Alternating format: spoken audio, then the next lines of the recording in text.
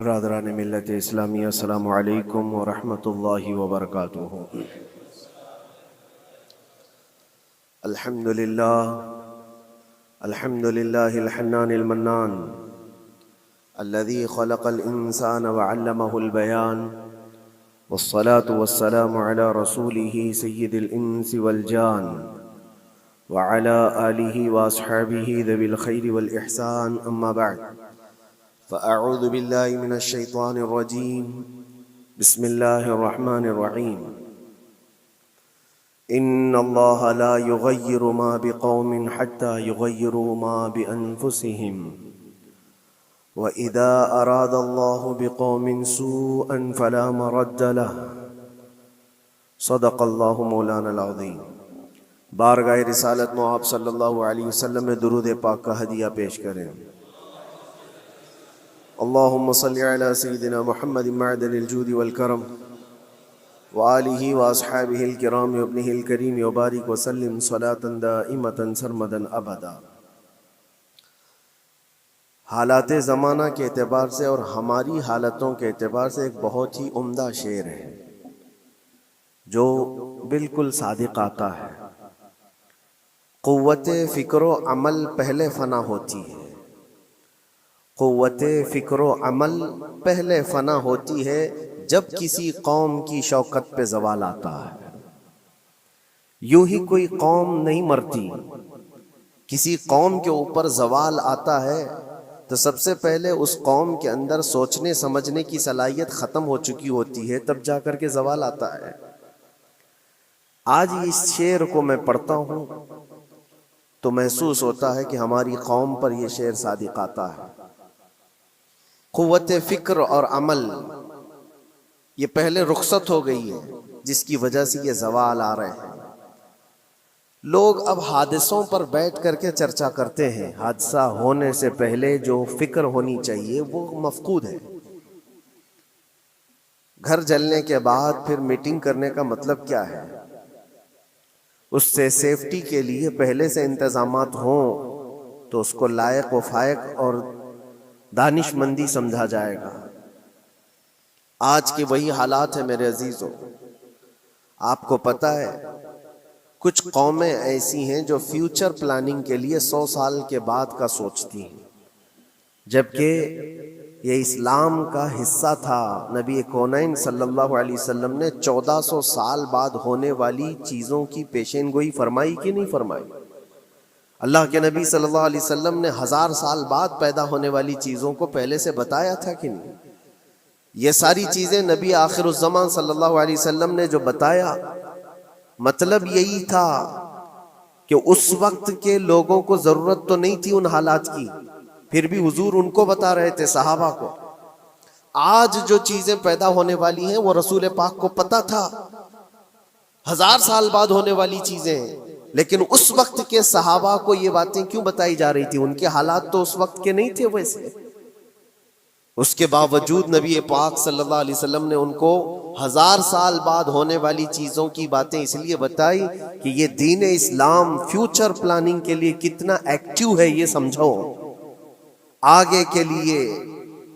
اس لیے بتایا گیا کہ صحابہ اپنی اولاد کو اور وہ اپنی اولاد کو، وہ اپنی اولاد کو یہ بات منتقل کرتے جائیں اور آنے والے حادثوں سے پہلے سے ذہن پریپیئر رہے، تیار رہے۔ دجال کے فتنے کا ذکر کتنی مرتبہ حدیث پاک میں آیا۔ امت کو نبی پاک صلی اللہ علیہ وسلم نے یوں ہی نہیں چھوڑ دیا۔ دجال کا فتنہ آئے گا، یاجوج ماجوج کا فتنہ آئے گا، یہ ساری چیزیں بتائی گئی کہ نہیں؟ ہر مسلمان تقریباً جانتا ہے آخر زمانے میں ایک بہت بڑا فتنہ دجال کی صورت میں ظاہر ہوگا۔ تو یہ باتیں اتنے 100 سالوں سے چل رہی ہیں کہ ذہن تیار ہے اس فتنے کو کہ اگر ایسا فتنہ آیا تو ایمان پر ڈٹے رہنا ہے، جمے رہنا ہے۔ یہ بات ہوتی ہے آگے آنے والے حادثات سے قوم کو باخبر رکھنا۔ آج جو حالات ہیں، جب کبھی کوئی چیز لٹ جائے تو سارے لوگ سڑکوں پر آ جائیں گے، یا پھر کسی نشستگاہ پر بیٹھ کر کے رات بھر میٹنگ کر کے چلے جائیں گے۔ یہ حادثے ہونے کے بعد کے جو حالات ہیں یہ وہی چیزیں درشا رہی ہیں کہ قوت فکر و عمل فنا ہو گئی ہے. قیادت ہمارے ہاں مفقود ہے. کسی ایک قائد کے تحت کوئی ساری قوم آنا نہیں چاہتی. آپ کیا سمجھتے ہیں کہ جو ہمارے ساتھ حالات پیش آ رہے ہیں، کبھی مسجدوں کو لے کر، کبھی خانقاہوں کو لے کر، کبھی بزرگوں کے نام کو لے کر، اب ہمارے وقف کی جائیداد کو لے کر، یہ سارے جو معاملات ہیں یہ اچانک آنے والی چیزیں نہیں ہیں. بھانپ لیا گیا ہے تمہاری پوری طبیعت کو، تمہارے مزاج کو، کہ فکر و عمل کی قوت ان کی ختم ہو چکی ہے. ان کو دو چند چیزوں میں ہی راضی کیا جا سکتا ہے. دنیا یہ سمجھ رہی ہے، جس کی وجہ سے کھلواڑ پر کھلواڑ ہوتے چلے جا رہے ہیں، اور ان کو یہ بھی پتہ ہے کہ یہ کچھ نہ کر سکیں گے. میرے عزیزو، آپ نا امید اور مایوس نہ ہو کہ ہم سے کچھ نہیں ہوگا. اللہ کریم چاہے تو ایک بندے سے بھی پوری دھرتی پر زلزلہ لا سکتا ہے. اللہ کریم کی ذات پر یقین اور توکل رکھو. سرکار غریب نواز ہندوستان آئے تھے تو بہت بڑی فوج لے کر نہیں آئے تھے، اللہ کی ذات پر بھروسہ کر کے آئے تھے، اور 90 لاکھ لوگوں کے دلوں میں چراغ اسلام جلا دیا تھا. وہ یقین اور توکل کے ساتھ آئے تھے.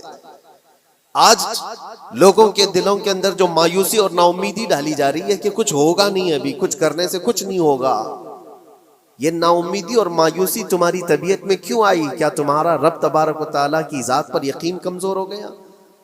اگر یہ اس طرح کی بیماری آئی ہے تو پھر بدر پڑھ لینا. جب رسول پاک صلی اللہ علیہ وسلم کے ساتھ وہ صحابہ جا رہے تھے، ان کو اچھی طرح پتا تھا کہ سامنے آنے والی فوج کتنی طاقت لے کر آ رہی ہے.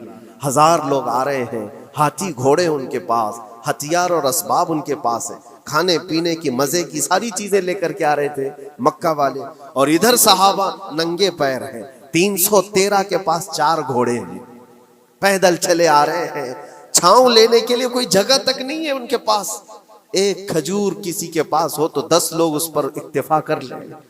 فاقے پر فاقہ کرنے والے وہ صحابہ، لیکن انہوں نے یہ نہیں کہا کہ اللہ کے نبی صلی اللہ تعالی علیہ وسلم سے کہ ہمارے پاس اسباب کی کمی ہے، ہتھیار کی کمی ہے، کچھ نہیں ہمارے پاس، سواری نہیں ہے. بغیر سواری کے 180 کلومیٹر مدینے سے چل کر کے وہ بدر پہنچے تھے، بدر تک پہنچے تھے. اور اس وقت اپنی ساری محنتیں، اپنی ساری قوتیں انہوں نے زمین پر لا کر رکھ دی. پھر بدر کے میدان میں جب پہنچے تب اللہ کریم کی بارگاہ میں دعا کیا تھا میرے مصطفیٰ نے، اے اللہ اگر اس نہتی قوم کو تو نے فتح نہیں دی تو پھر قیامت تک اس روئے زمین پر سجدہ کرنے والا کوئی نہیں ہوگا.